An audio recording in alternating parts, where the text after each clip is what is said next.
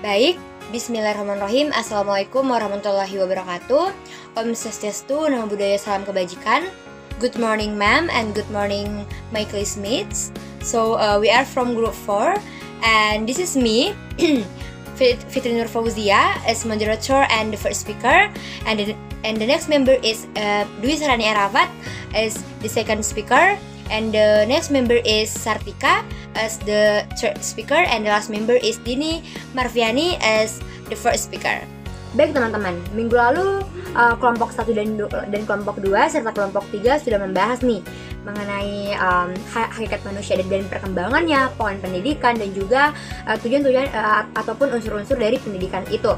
Nah, namun sebenarnya apa sih asas dan landasan dari pendidikan itu? So today kami akan menjelaskan, we want to explain about landasan dan asas-asas pendidikan di Indonesia.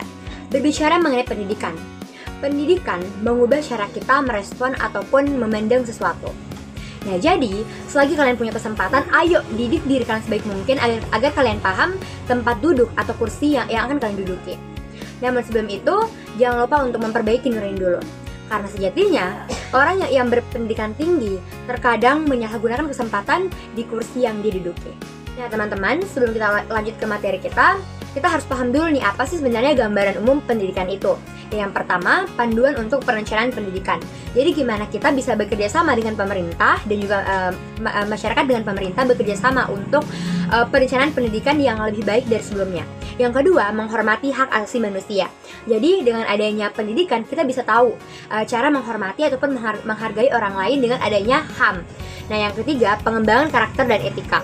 Nah, jadi dengan adanya pendidikan ini kita bisa membentuk karakter ataupun etika kita dengan jauh lebih baik agar kita bisa berinteraksi dengan baik juga dengan orang lain. Nah, selanjutnya yaitu mengatasi ketidaksetaraan dan juga diskriminasi. Nah, selanjutnya mendorong inovasi pendidikan dan juga pemberdayaan masyarakat serta pengembangan sumber daya manusia. Jadi dengan adanya pendidikan kita bisa memberdayakan masyarakat ataupun meningkatkan sumber daya manusia kita agar bisa menciptakan negara yang mempunyai pendidikan yang jauh lebih baik dibandingkan dengan negara-negara lain. Selain itu, dengan adanya pendidikan kita bisa merubah negara kita menjadi negara yang kita impikan bersama-sama. Dan juga pastinya yang terakhir, dengan adanya pendidikan kita bisa melakukan pemahaman yang lebih dalam lagi. Berbicara mengenai landasan pendidikan. Nah, jadi apa sih sebenarnya landasan itu? Nah, jadi teman-teman, landasan itu adalah sumbernya pendidikannya kita. Jadi dia tuh berlandaskan dari mana sehingga tercipta pendidikan yang kita bisa rasakan seperti sekarang ini. Nah, jadi teman-teman, landasan pendidikan di Indonesia itu ada terbagi menjadi 9. Nah, yang pertama itu ada namanya landasan filosofis. Yang kedua sosiologis, landasan hukum, landasan kultural, landasan psikologis, landasan ilmiah dan teknologi, landasan ekonomi, sejarah, dan juga religius. Oke, jadi saya di sini akan menjelaskan satu-satu mengenai landasan-landasan tersebut. Kita melangkah ke pembahasan pertama, yaitu landasan filosofis. Nah, jadi teman-teman, landasan filosofis merupakan landasan yang berkaitan dengan makna ataupun hakikat pendidikan. Nah, jadi berusaha menelaah ataupun memecahkan masalah-masalah pokok yang terkait dengan pendidikan. Seperti apakah pendidikan itu, kenapa pendidikan diperlukan, dan juga tujuan dari pendidikan tersebut. Nah, jadi landasan filosofis ini terbagi lagi menjadi 7, yaitu idealisme, realisme, pragmatisme, perennialisme, progresivisme, terus selanjutnya ada yang namanya eksentrisisme dan juga kritisme. Landasan kedua yaitu landasan sosiologis. Nah, jadi pendidikan merupakan peristiwa sosial yang berlangsung dalam interaksi sosial. Nah, kenapa dikatakan demikian teman-teman? Karena pendidikan tidak dapat dilepaskan dari upaya dan proses saling mempengaruhi antara individu yang satu dengan individu yang lain. Nah, dan juga landasan sosiologis ini menekankan pada prinsip-prinsip kesetaraan, kepemilikan kolektif, dan juga peran aktif pemerintah dalam sistem pendidikan. Nah, jadi landasan dari sosiologis ini tuh terbagi menjadi 5, yaitu kesetaraan pendidikan, pendanaan publik, terus kurikulum yang relevan sosial, pendidikan untuk kepemimpinan, dan juga yang terakhir hak dan kesejahteraan guru. Baik teman-teman, kita melangkah ke landasan pendidikan Indonesia yang ketiga, yaitu landasan hukum. Nah, jadi teman-teman, kebijakan penyelenggaraan dan pengembangan pendidikan dalam masyarakat perlu disalurkan oleh titik tumpu hukum yang jelas dan sah. Kenapa saya mengatakan demikian? Karena dengan berlandaskan hukum, kebijakan penyelenggaraan dan pengembangan pendidikan dapat terhindar dari berbagai benturan kebutuhan. Nah, jadi setidaknya dengan landasan hukum, segala hak dan kewajiban pendidik dapat terpelihara dengan baik. Nah, baik teman-teman, sebenarnya apa saja sih landasan hukum di Indonesia itu? Yang pertamanya pastinya Undang-Undang Sistem Pendidikan Nasional.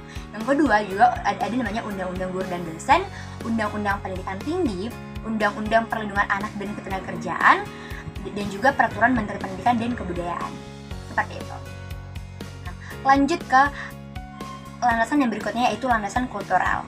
Nah, jadi teman-teman, peristiwa pendidikan adalah bagian dari peristiwa budaya. Kenapa? Hal tersebut dikarenakan pendidikan dan kebudayaan mempunyai hubungan yang timbal balik. Oke. Kebudayaan dapat dilestarikan dan dikembangkan dengan jalan mewariskannya dari satu generasi ke generasi yang berikutnya. Dan juga melalui pendidikan, baik pendidikan informal dan formal maupun pendidikan formal, seperti itu.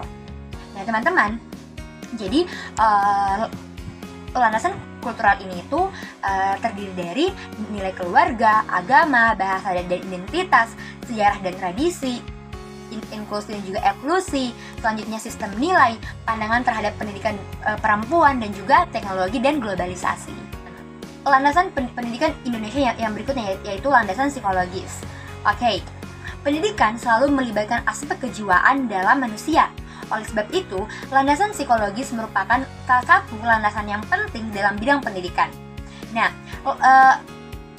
jadi terutama tertuju kepada pemahaman manusia, khususnya berkenaan dengan proses belajar manusia, karena otomatis proses belajar manusia beda-beda ya teman-teman.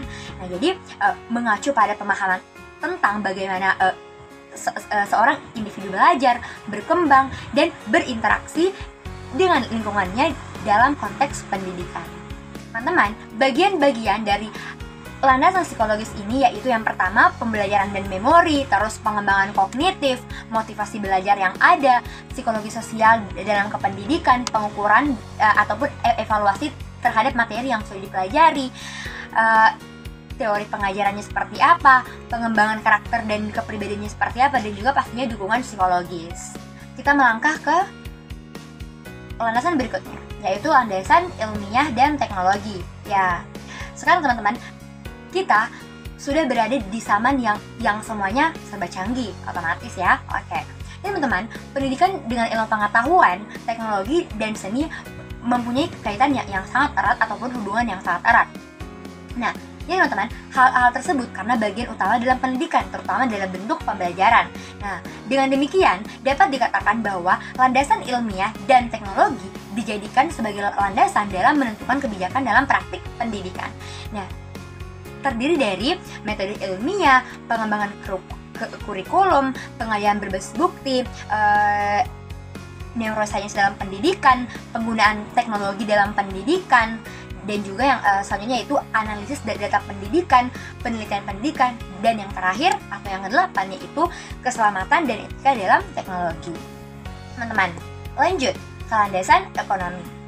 Nah, oke. Dunia sekarang ini tidak hanya ditimbulkan oleh dunia politik, melainkan juga masalah dari ekonomi, itu pasti. Nah, pertumbuhan ekonomi menjadi tinggi dan penghasilan negara bertambah, walaupun utang luar negeri cukup besar dan penghasilan rakyat kecil masih sangat minim. Nah, perkembangan ekonomi pun menjadi pengaruh dalam bidang pendidikan. Nah, oke teman-teman, pengaruh-pengaruhnya ataupun landasannya terdiri dari yang pertama yaitu investasi dalam pendidikan, pengukuran dampak dari pendidikan yang diberikan, pasar tenaga kerja, ekonomi pendidikan tinggi, pendidikan dan kemiskinan. Terus selanjutnya ada namanya peran sektor ekonomi dalam pendidikan, kesejahteraan sosial, dan juga kebijakan pendidikan. Kita melangkah ke landasan berikutnya yaitu landasan sejarah. Nah, landasan sejarah pendidikan mencakup pemahaman tentang perkembangan sistem pendidikan dari masa lalu hingga masa kini. Dengan demikian, setiap bidang kegiatan yang ingin dicapai manusia untuk maju pada umumnya dikaitkan dengan bagaimana keadaan bidang tersebut pada masa lampau. Nah, demikian juga hanya dengan bidang pendidikan. Sejarah pendidikan merupakan bahan pembanding untuk memajukan pendidikan suatu bangsa agar pendidikan yang kita capai sekarang bisa lebih baik dari sebelumnya. Seperti itu. Nah, Oke teman-teman, jadi apa saja sih landasan sejarah dari sistem pendidikan Indonesia? Nah, yang pertama itu pendidikan pada masa prakemerdekaan, terus perjuangan pendidikan era kemerdekaan, sistem pendidikan nasional, peran bahasa Indonesia, terus pendidikan tinggi, reformasi pendidikan, tantangan kontemporer, dan juga kebijakan dalam pendidikan. Berikutnya yaitu landasan religius. Oke, landasan religius merupakan landasan yang paling mendasari dari landasan pendidikan. Why? Sebab kenapa guys? Karena landasan agama adalah landasan yang diciptakan oleh Allah Subhanahu wa Ta'ala. Bahkan setiap pendidikan nasional mengharuskan setiap peserta didik mengikuti pendidikan agama. Ya, oke. Karena sistem pendidikan agama diharapkan sebagai penyuruh pikiran-pikiran produktif dan berkolaborasi dengan kebutuhan zaman yang sekarang semakin modern. Nah teman-teman, oke, kita lanjut ke bagian-bagian dari landasan religius ini. Nah, yang pertama itu ada namanya agama dalam kurikulum, terus etika dan moral, ritual dan upacara, pemahaman tentang keberadaan agama, dan juga peran guru agama dan pendidik. Nah, selanjutnya itu juga ada namanya kebijakan agama dalam pendidikan agama dalam sekolah umum, kebebasan beragama dan hak asasi manusia, dan juga yang terakhir pendidikan agama di sekolah keagamaan. Baik teman-teman, itulah tadi pembahasan materi saya mengenai landasan-landasan pendidikan ataupun sumber pendidikan di Indonesia. Baik teman-teman, mudah-mudahan materi yang saya sampaikan dapat dipahami dengan baik. Oke, selanjutnya saya persilakan kepada pembicara kedua, yaitu Dwi Sarani Arafat, untuk menjelaskan tentang asas-asas pendidikan di Indonesia. Oke, untuk Dwi Sarani Arafat, dengan hormat saya persilahkan. Assalamualaikum warahmatullahi wabarakatuh. Thank you for the opportunity. I'm Dwi Zahrani Arafat. I'm the second speaker. I will explain the principles of education atau asas-asas pendidikan. Apa sih asas-asas pendidikan itu? Asas-asas pendidikan adalah prinsip-prinsip atau pedoman dasar yang membentuk kerangka kerja pendidikan dalam suatu masyarakat. Ada beberapa macam-macam asas-asas pendidikan. Di antaranya ada asas kesetaraan atau equality. Asas kesetaraan pendidikan adalah prinsip mendasar dalam pendidikan yang menekankan pentingnya memberikan kesempatan pendidikan yang sama kepada semua individu tanpa memandang ras, jenis kelamin, agama, atau latar belakang sosial ekonomi. Kesetaraan dalam pendidikan sangat penting untuk menjamin proses pendidikan yang adil dan merata. Contohnya penerapan kebijakan sistem zonasi yang menimbulkan permasalahan bagi masyarakat.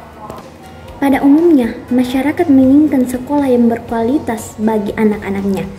Tujuan penelitian ini adalah untuk mengungkap landasan pendidikan yang setara dan mampu memberikan hak bagi semua kelompok. Kebijakan sistem zonasi ini bersifat jangka panjang, sehingga tidak ada yang namanya sekolah favorit atau tidak favorit, karena bagi masyarakat faktor utama dalam memilih sekolah adalah tingkat terfavorisnya. Asas keadilan atau justice. Asas keadilan pendidikan adalah prinsip mendasar dalam pendidikan yang menekankan pentingnya pendidikan yang adil dan merata bagi semua individu dengan memperhatikan kebutuhan, hak, dan potensi mereka.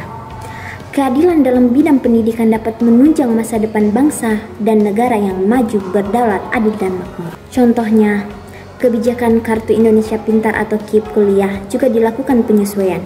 Sebelumnya, besaran uang kuliah per mahasiswa ditetapkan sama, yaitu sebesar 2,4 juta di daerah manapun mereka belajar. Kini, Kemendikbudristek menghadirkan KIP, kuliah merdeka yang mendorong anak-anak dengan kondisi ekonomi yang kurang dan tidak mampu untuk tetap berani meraih cita-cita setinggi-tingginya dan mendapat pengalaman di luar daerah tanpa memberatkan ekonomi keluarga. Asas kebebasan atau freedom. Asas kebebasan pendidikan adalah prinsip mendasar dalam pendidikan yang menekankan pentingnya kebebasan individu dalam mencari, menerima, dan menyampaikan informasi serta pemikiran mereka dalam konteks pendidikan. Konsep kebebasan dalam pendidikan merupakan dasar dari pendidikan pembebasan. Pendidikan pembebasan adalah pendidikan yang mampu menumbuhkan suasana humanis dan mampu mengembalikan tujuan pendidikan, yaitu sebagai alat untuk memanusiakan manusia. Contohnya, kebebasan akademik dan kebebasan menyampaikan pendapat, dan itu dilindungi oleh hukum. Asas kebijaksanaan atau wisdom. Asas Asas kebijaksanaan pendidikan adalah prinsip mendasar yang menekankan pentingnya pendidikan yang mengembangkan pemahaman yang lebih dalam tentang dunia, budaya, dan nilai-nilai kemanusiaan. Pendidikan merupakan kunci utama dalam menyiapkan sumber daya manusia unggul untuk dapat bersaing di tingkat global. Contohnya, kebijakan yang diberikan saat masa pandemi. Proses pembelajaran harus tetap dilaksanakan kepada seluruh peserta didik sekalipun dalam situasi wabah pandemi. Pandemi COVID-19 telah mengubah tatanan pendidikan dari semula tatap muka langsung di kelas menjadi proses pembelajaran dengan sistem belajar dari rumah. Pembelajaran di masa pandemi mengharuskan setiap pendidik, pemerhati pendidikan, dan instansi terkait dengan pendidikan untuk merumuskan model dan metode pembelajaran yang tepat agar proses kegiatan belajar mengajar dapat berlangsung secara efektif. Asas tanggung jawab atau responsibility. Asas tanggung jawab pendidikan adalah prinsip mendasar dalam pendidikan yang menekankan pentingnya tanggung jawab individu, lembaga, dan masyarakat dalam memastikan pendidikan yang bermutu dan bermanfaat. Kegiatan dalam proses pendidikan harus selalu didasarkan pada asas tanggung jawab. Sebagai contoh, setiap siswa berhak memperoleh nilai yang bagus. Namun, hak tersebut akan didapat setelah mereka mengemban tanggung jawabnya, yakni belajar yang giat. Asas partisipasi atau participation. Asas partisipasi pendidikan adalah prinsip mendasar dalam pendidikan yang menekankan pentingnya partisipasi aktif individu dalam proses pendidikan. Partisipasi diperlukan dalam pendidikan. Pendidikan tidak hanya tanggung jawab pemerintah, tetapi juga tanggung jawab orang tua dan masyarakat. Partisipasi orang tua dan masyarakat hendaknya diperhatikan oleh pihak sekolah. Mereka dapat diundang untuk membahas bentuk-bentuk kerjasama dalam meningkatkan mutu pendidikan.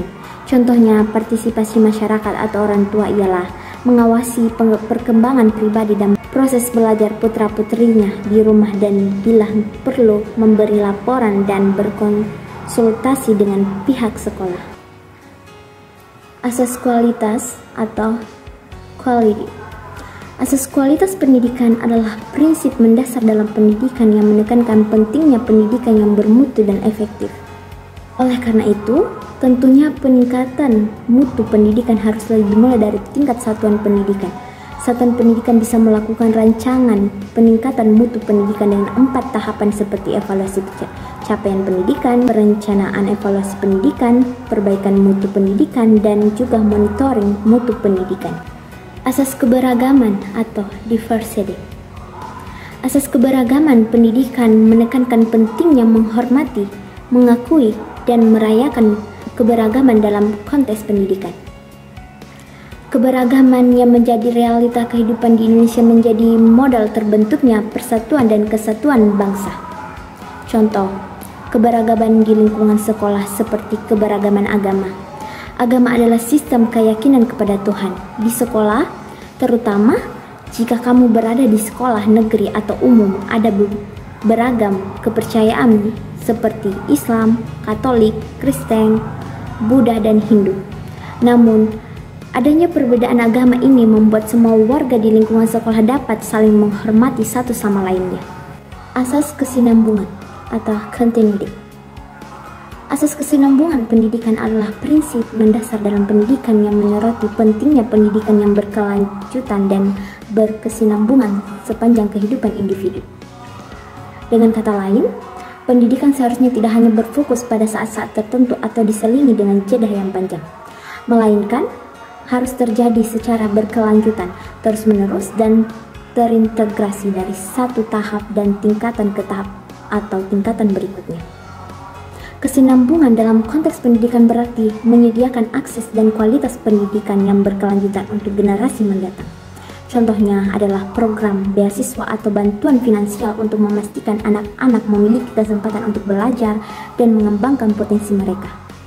Asas pembangunan atau development menekankan peran pendidikan dalam mempromosikan perkembangan sosial, ekonomi, dan intelektual individu dan masyarakat. Pembangunan di bidang pendidikan merupakan suatu upaya mencerdaskan kehidupan bangsa dan meningkatkan kualitas manusia. Seperti investasi di bidang pendidikan secara nyata akan mendorong kemajuan ekonomi dan menciptakan kesejahteraan sosial. Asas kemanusiaan atau humanity menyatakan bahwa pendidikan seharusnya membantu dalam pembentukan karakter dan moral yang positif, serta membantu individu untuk berkontribusi pada kemanusiaan secara umum. Pendidikan dapat menjadi ruang berlatih dan bertumbuhnya nilai-nilai kemanusiaan yang dapat diteruskan atau diwariskan. Nilai-nilai kemanusiaan itu ada di mana saja dan kapan saja, termasuk di lingkungan sekolah. Sebagai contoh, memperlakukan semua siswa dan guru dengan sama rasa hormat dan menghormati perbedaan budaya dan latar belakang. Asas kreativitas atau creativity mendorong pengembangan kreativitas dan pemikiran kritis melalui pendidikan untuk mempersiapkan individu menghadapi tantangan dunia yang berubah dengan cepat.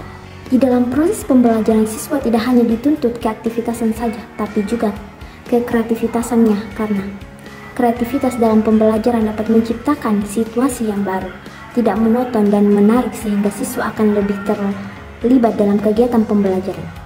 Salah satu contoh praktik pendidikan kreativitas adalah melalui kegiatan ekstrakurikuler yang menyediakan waktu dan kesempatan bagi anak untuk berkreasi dan mengejar impian mereka. Misalnya, sekolah dapat menyediakan kegiatan teater, musik, atau lukisan bagi anak. Selain itu, sekolah juga dapat memberikan akses ke peralatan dan bahan baku yang dibutuhkan bagi anak untuk berkreasi. Asas lingkungan atau environment mengajarkan penghargaan terhadap alam dan lingkungan, serta pentingnya pendidikan untuk pembangunan berkelanjutan.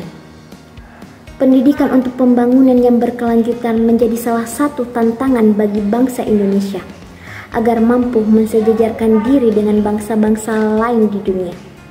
Pendidikan untuk pembangunan berkelanjutan mencakup semua proses yang menumbuhkan pengetahuan, keterampilan, nilai-nilai, dan sikap yang mendukung upaya individu, sekolah, dan masyarakat untuk mempromosikan pikiran yang adil dan keadilan, keamanan ekonomi, menopang ekologis, dan demokrasi. Misalnya, di salah satu ujung spektrum, kita memiliki kursus dan sertifikasi yang memungkinkan Anda untuk lebih mengembangkan keterampilan dan pengetahuan Anda di bidang tertentu dari karir atau profesi Anda. Baik teman-teman, itulah tadi penjelasan ataupun pemaparan materi dari pembicara kedua kelompok kami, yaitu Dwi Sorani Arafat. Semoga teman-teman bisa paham dengan mudah. Selanjutnya saya persilakan kepada pembicara ketiga dari kelompok saya, yaitu Sartika, yang akan membahas mengenai tantangan dalam penerapan asas pendidikan. Oke, dengan itu saya persilahkan. Hi, my name is Sartika. You can call me Ka. So this time I want to present material about the challenges of implementing educational principle. Yang pertama, keterbatasan sumber daya.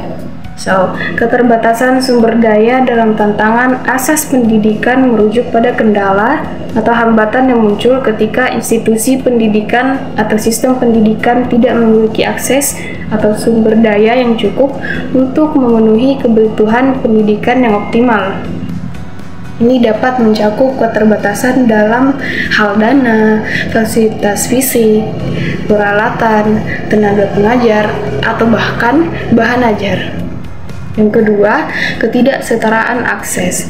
Ketidaksetaraan akses dalam tantangan asas pendidikan mengacu pada ketidaksetaraan atau kesenjangan dalam akses siswa atau individu terhadap pendidikan.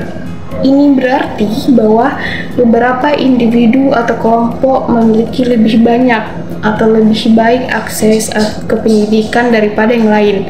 Biasanya karena faktor-faktor seperti lokasi geografis, ekonomi, sosial, atau budaya.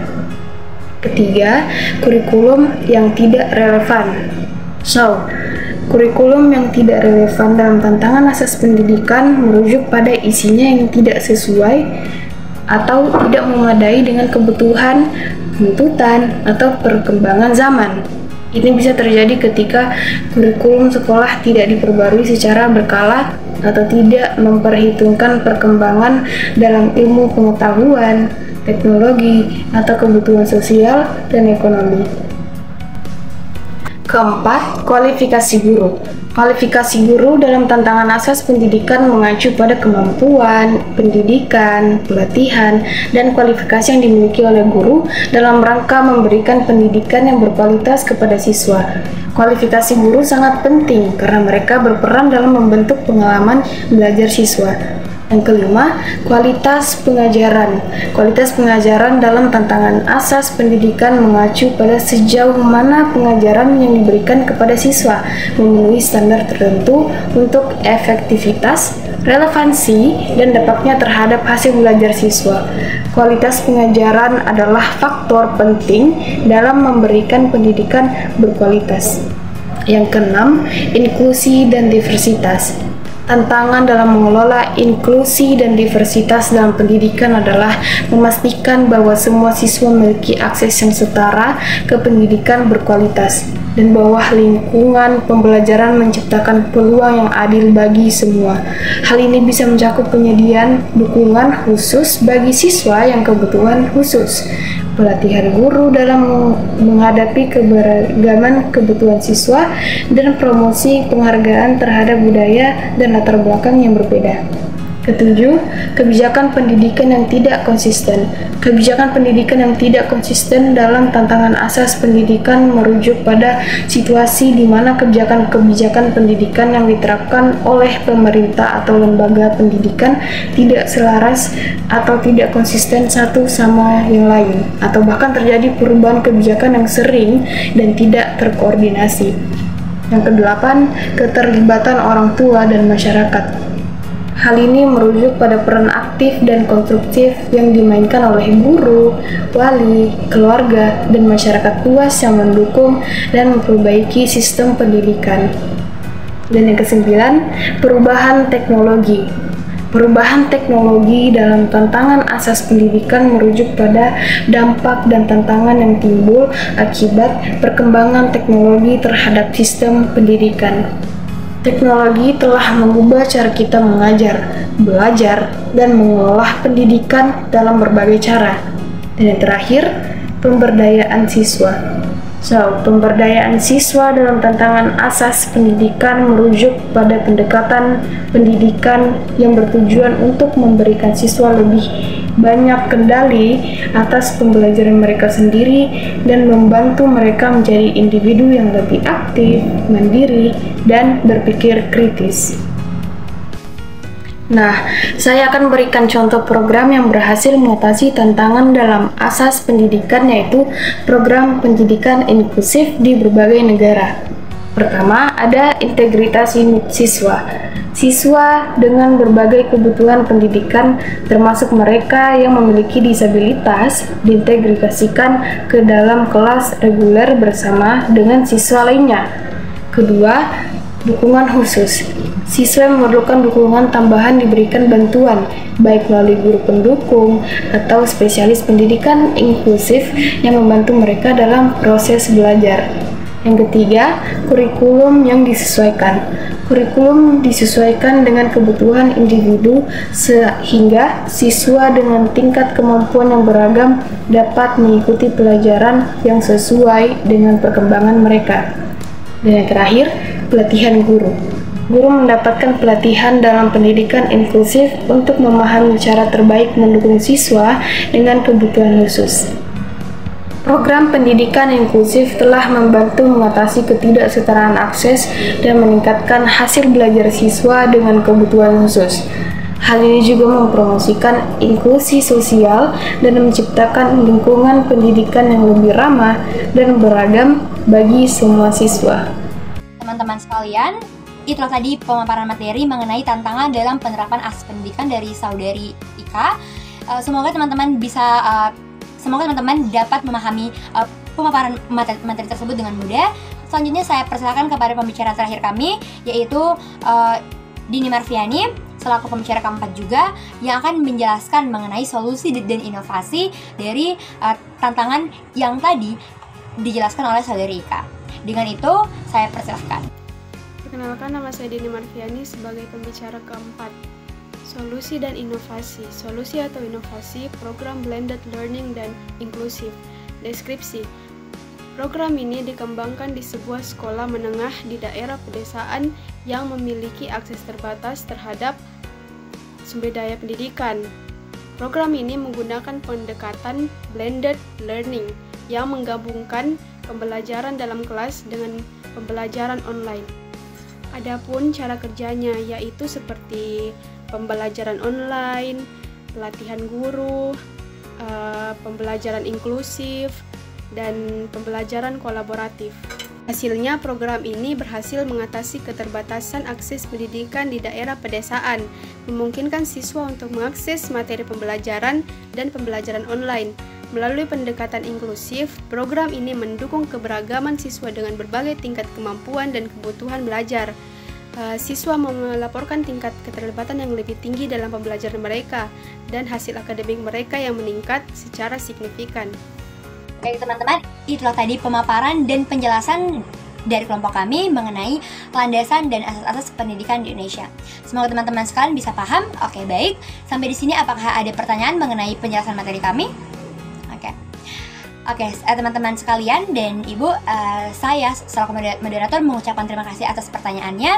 Dan sebagai kesimpulan pada materi kami hari ini yaitu landasan dan asas pendidikan adalah prinsip-prinsip dasar yang membentuk dasar sistem pendidikan yang jauh lebih efektif dan bermakna. Baik teman-teman, saya selaku moderator dari kelompok 4 mengucapkan terima kasih dan mohon maaf jika saya dan teman-teman saya masih ada kekurangan dalam menyampaikan materi pada hari ini. Baik, terima kasih. Wassalamualaikum warahmatullahi wabarakatuh.